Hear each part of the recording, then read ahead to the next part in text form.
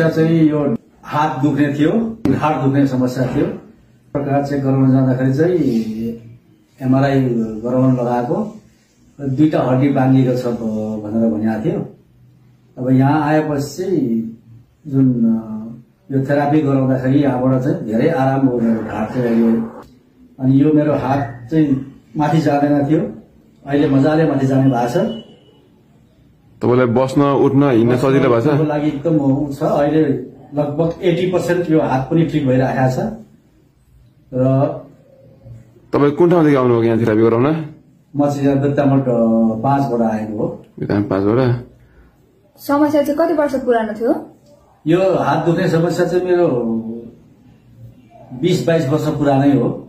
ढाडको समस्या? ढाडको समस्या भनेको 5 वर्ष अगाडि हो। अहिले यहाँ आएर चाहिँ धेरै राम्रो भयो। धेरै हस्पिटल आए, धेरै खर्च भयो, तर यहाँ आएपछि चाहिँ एउटा मिनिमम खर्चबाट चाहिँ एकदम म्याक्सिमम फाइदा लिए मैले। तपाईले हामीले कुनै औषधि प्रयोग गरिन् र?